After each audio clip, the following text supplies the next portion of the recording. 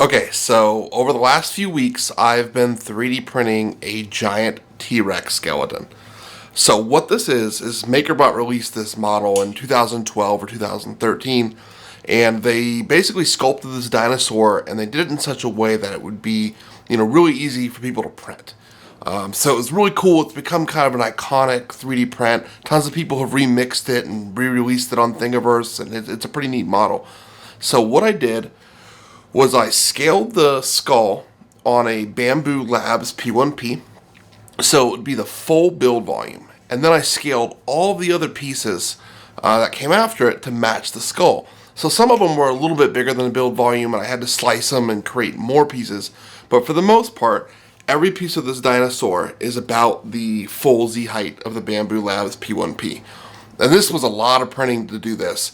You're talking about 7 kilograms of material and about 2.5 weeks of near constant 3D printing. So I'm really excited to put it together. That's what we're going to do in this video today. We're going to put the dinosaur together and we're going to see what it looks like.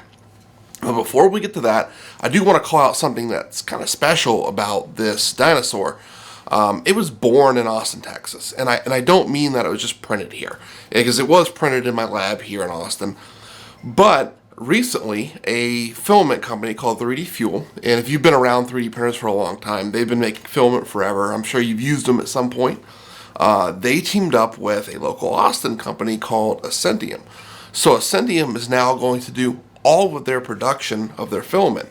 So these parts were made, or the filament for these parts were made 20 minutes down the road in a town called Pflugerville, which is just outside of Austin.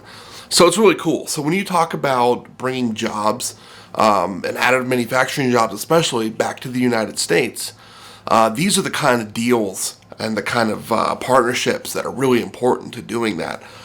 So it's kind of like farm-to-table 3D printing. So it's pretty exciting to print something cool like this dinosaur and then know exactly where that material is made and where it came from.